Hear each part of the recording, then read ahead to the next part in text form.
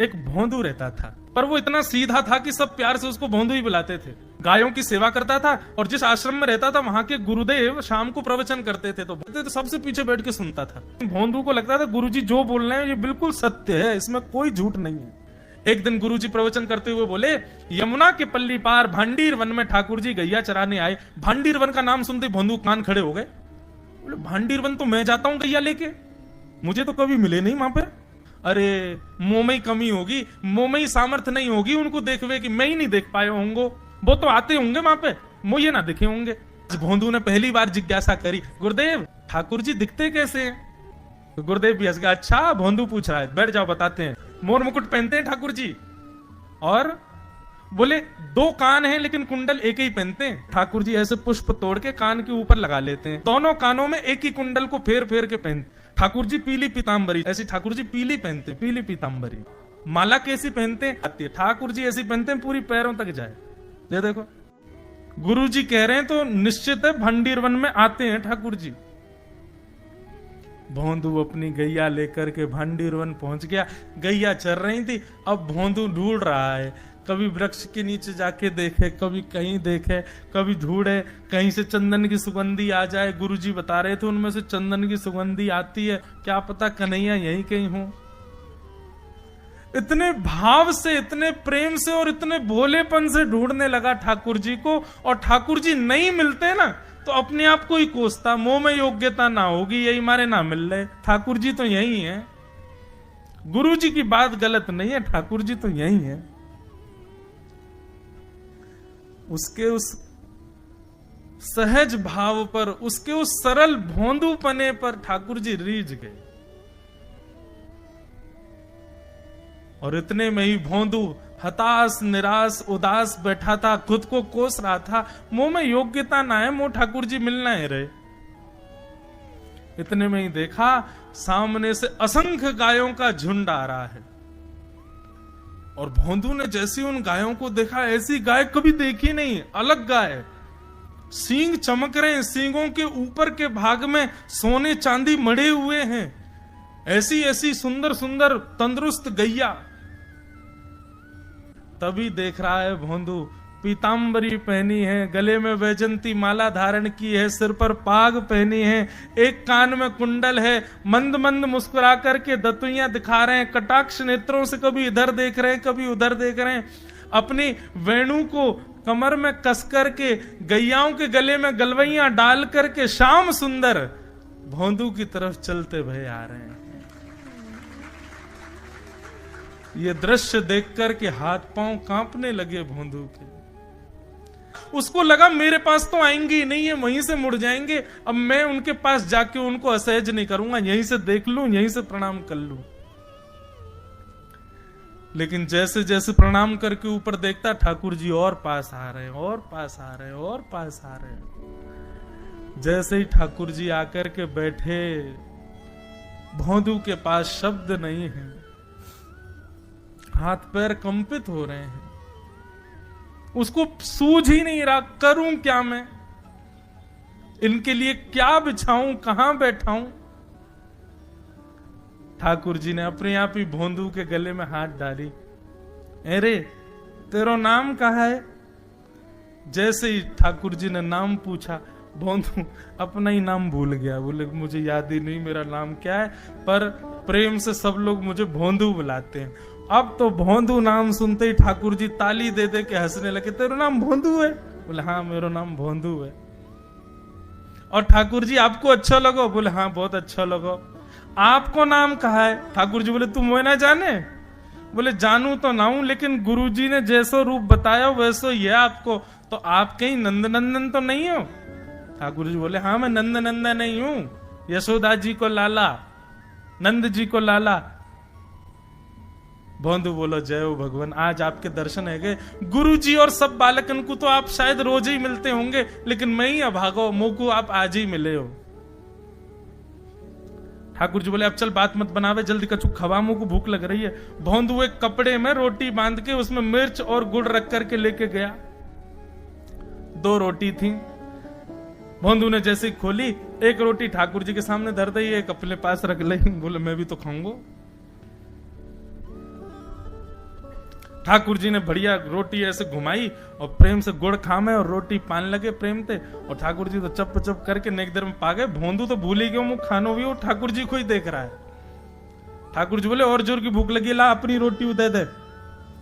भोंदू बोलो मुंह को भी भूख लगी है। बोले अच्छा चल आधी आधी खा ले, या मैं आधी तू खा ले आधी मैं खा लूं, दोनों खा लिए। कल तो नेक्स्ट से ज्यादा सी रोटी ले आइयो, भूख ज्यादा लगे, और सुन यही समय आइयो, मिलूंगा कल भी तोते। ठाकुर जी अपने मार्ग पर चले गए। भोंदू इतना प्रसन्न है, बोले आज मुझको ठाकुर जी मिल गए। गुरुदेव के प्रवचन का समय हो गया, भोंदू पीछे जाके बैठ गया, अपने गुरुदेव को प्रणाम करे, इनकी कृपा से ठाकुर जी मिले। उसने किसी को नहीं बताया, उसको लगा सबको ही मिलते हैं भगवान, मुझे ही मिले हैं बहुत दिन बाद। दूसरे दिन भोंदू खूब सारी सामग्री रसोई घर में इकट्ठा करके जाने लगा।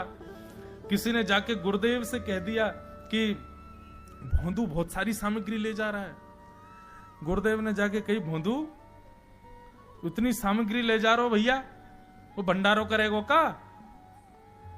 नहीं गुरुजी भंडारो तो नहीं करूंगा, वो नंद नंदन नाम है, वो यशोदा नंदन मदन मोहन, वो अपनी गैया चरा के आए, कल भी आए, मेरी रोटी खा गए, मैं भूखो ही रहेगा कल। या हमारे ज्यादा सी ले जा रहा हूं, बेचारे बहुत भूखे आए कल, कि उनको पेट भर जाएगा, मैं भी पा लूंगा, या हमारे गुरुजी आज ज्यादा सामग्री ले जा रहा हूं। गुरुदेव ने मन में सोचा, ये बात कोई और कहे तो अविश्वास किया जा सकता है, लेकिन भोंदू झूठ नहीं बोलता। भोंदू कभी झूठ नहीं बोलता, भोंदू की बात पर विश्वास करना ही पड़ेगा। गुरुदेव बोले सुन सुन, ठाकुर जी आए थे? बोले हाँ।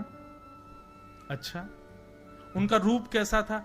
जैसा रूप आपने बताया था ना गुरुजी, बिल्कुल वैसा, ऐसे कटाक्ष नेत्र, मोती जैसे दांत, ठाकुर जी की मुस्कान ऐसी, पाग ऐसी, कान ऐसे। गुरुदेव के तो नेत्र बंद हो गए, वे सब अनुभव करने लगे। लेकिन गुरुदेव बोले रूप कैसा भी बता दे, चरण यदि इसने बता दिए तो मैं मान जाऊंगा कि ठाकुर जी थे। अच्छा तूने चरण देखे? बोले हाँ गुरुजी मैंने चरण देखे। चरण कैसे थे? ठाकुर जी के चरण जब वो चल करके आगे बढ़ते हैं ना तो चिन्ह बन जाते हैं, कहीं ध्वजा बनी थी, कहीं शंख बना था, कहीं कुछ बना था, और उनके जो नखून है ना उनमें से ऐसा लगता है मानो जैसे कोमल का पराग हो, कमल का पराग हो। और चरणों का रंग कैसा, जैसे मानो जैसे गुरुदेव कमल होता है ना, कमल की आकृति, ऐसे ठाकुर जी के चरण। जब चरण का यथावत वर्णन भोंदू ने कर दिया, गुरुदेव समझ गए, बोले निश्चित ठाकुर जी आते। नहीं तो भोंदू कहां जाने, इतनी बुद्धि नहीं है उस पे कि वो इतना सब कुछ ढूंढ धाड़ के मुझे बताए। भोंदू एक काम करेगा? बोले हाँ। ठाकुर जी आएंगे तो तेरे सखा बन गए? बोले हाँ। तो उनको लेकर के आश्रम आ जा, यहां पे आ जा। भोंदू बोला कि इतने योग्य बालक हैं, लेकिन ठाकुर जी ने किसी से नहीं कही, मुझसे कही है। अगर मैंने ये काम नहीं किया तो मेरा जीवन व्यर्थ है। भोंदू को लगा ठाकुर जी सबसे ही मिलते हैं, गुरुजी किसी से भी कह के बुलवा लेते, मुझको काम दिया। भोंदू ने तो उसको अपने हृदय में ले लिया, अब ये काम मुझे करना है। बोले गुरुजी मैं वचन दे के जा रहा हूं, ठाकुर जी को मैं लेके आऊंगा। जा बेटा। भोंदू वन में चला गया। अब तो उसको मिलने की भी एक्साइटमेंट नहीं है और कोई उसके मन में भाव ही नहीं है, उसको ये है बस ठाकुर जी को मैं ले जाऊं। जाकर के बैठा, ठाकुर जी अपनी गैया चराते भये, ठाकुर जी आए, रूप देख करके फिर से भावुक हो गया भोंदू। ठाकुर जी आकर के बैठ गए, बोले चल जल्दी निकाल रोटी, भूख लगी है मुंह को। भोंदू सजाता जा रहा है थाली, ठाकुर जी को देता जा रहा है। बोले जय जय, एक प्रार्थना करूं? बोले करो। आप मेरे संग मेरे सखाओ ना आप? बोले हाँ तेरो सखाऊं तो मेरी बात मानोगे? बोले कहा आप मेरे संग आश्रम चलो गुरु जी के पास। ठाकुर जी रोटी पाते जा रहे, ठाकुर जी ने अनसुनी कर दी बात। बोले जय जय कछु कहो ना, आप चलोगे ना? ठाकुर जी बोले हम तेरे सखा हैं, तेरे गुरु जी के सखा नहीं है। तू मोते मिल, तू मेरे संग खा, तू मेरे संग रहे, तू कछु कर, तो को सब अधिकार है, लेकिन ये हम गुरु जी ते मिल बातें मिल ये सब हम नहीं करेंगे। हम बस तेरे सखा हैं, तो ये जाने और कोई ये ना जाने। ए जय जय ऐसा मत कहो ना, वे नहीं बताते तो मैं तो आपको देख ही नहीं पाता, मैं तो आपको जानता ही ना हूं। उनने ही तो मुझको बताई कि आप भांडीर बनाते हो, आपका रूप ऐसा है। उनने कृपा करके मुंह को आपसे मिलवाए हो, वही हमारी मित्रता के मूल आधार है, उनसे तो मिलवे चलो ना। ठाकुर जी बोले देख ज्यादा जिद मत करे, हमने तो उसे एक बार कह दी हम नहीं जाएंगे नहीं जाएंगे नहीं जाएंगे। ठाकुर जी रोटी पा रहे थे तो भोंदू ने हाथ से रोटी और छनाई, बोले ये भी दो, ये भी गुरु जी की है, लाओ ये मिर्च गुड़ सब दो, ये सब गुरु जी को, ये भी मत खाओ। और सुनो, यदि हमारे गुरु जी से आपको प्रेम नहीं है तो हमको आपसे प्रेम नहीं है। कल ते अपनी गैयान को लेकर कहीं और चरावे जाओ, होंगे तुम नंदन अपने गांव के, मेरे गुरु जी के पास नहीं जाओगे। और सुनो, ये मुंह में जो रोटी रखी जाओ को उगल ले आओ, ये भी गुरु जी की रसोई में बनी है, हमारे गुरु जी से नहीं मिलेंगे। ठाकुर जी बोले अरे भोंदू ने रुक तो, नहीं नहीं नहीं अब तो मैं सुनूंगा ही नहीं, आपने ऐसे कैसे कह दी नहीं जाएंगे, 3 बार नहीं जाएंगे नहीं जाएंगे। और ये भांडीरवन मेरो है, मैं यहां गैया चरावे आऊं, कल से अगर तुम और तुम्हारी गैया दिख गई मुंह को तो तुम्हारी गैयान को लेके मैं चलो जाऊंगा आश्रम, फिर तुम्हारी मैया बाबा तुमको मारेंगे। ठाकुर जी बोले अरे भोंदू इतना नाराज? बोले यदि मुंह से मित्रता रखनी है तो मुंह को वचन देना पड़ेगा कि आप आश्रम चलोगे, और अगर आपने फिर से नहीं कही तो मैं जा रहा हूं वापस, और कभी आपको मुख नहीं देखूंगा, अपना मुख नहीं दिखाऊंगा। ठाकुर जी बोले इस मुख को देखने के लिए या संग के लिए लोग पता हो तो कितनी तपस्या करें। बोले जो तपस्या करें उनको मुबारक, तुम मुंह को ना चाहिए, मुंह ना मिलनो तुमते, मुंह कोई गरज ना पड़ रही तुमते, आज तक नहीं मिले कल ही तो मिले हो मोते, और वो भी गुरुदेव की कृपा से मिले हो, जाओ मत मिलियो, मुझे ना चाहिए तुम। ठाकुर जी बोले मैं तो ना जाऊंगा, मैं तो तेरे पास ही रहूंगा। बोले तुम मत जाओ मैं जा रहा हूं। कि जाने लगा वापस।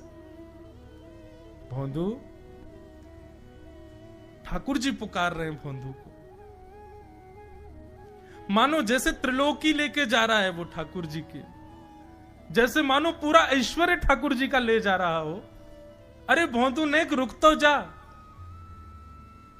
भोंदू बोला अपना मुख भी नहीं दिखाऊंगा यदि आप नहीं चलोगे तो।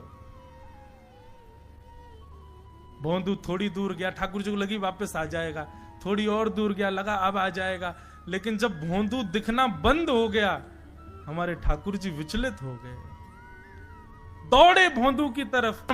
ठाकुर जी दौड़ करके गए और जाकर के भोंदू के पिद्दी पे चढ़ गए। बोले ले चल अपने गुरुदेव के पास, चलूंगा तू जहां कहेगो, लेकिन तो दूर नहीं जान दूंगा। और भोंदू ठाकुर जी को ऐसे ऊपर चढ़ा करके लेकर के आश्रम जा रहा है।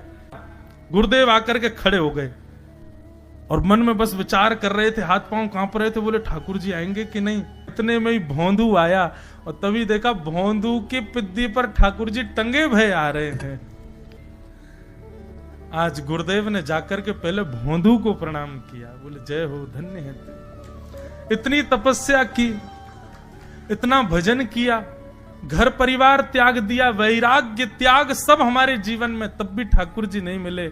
लेकिन वारे भोंदू, तेरी सरलता, तेरी सहजता, तेरा ये निर्मल भाव कि ठाकुर जी तेरे अधीन होके यहां आश्रम तक चले आए।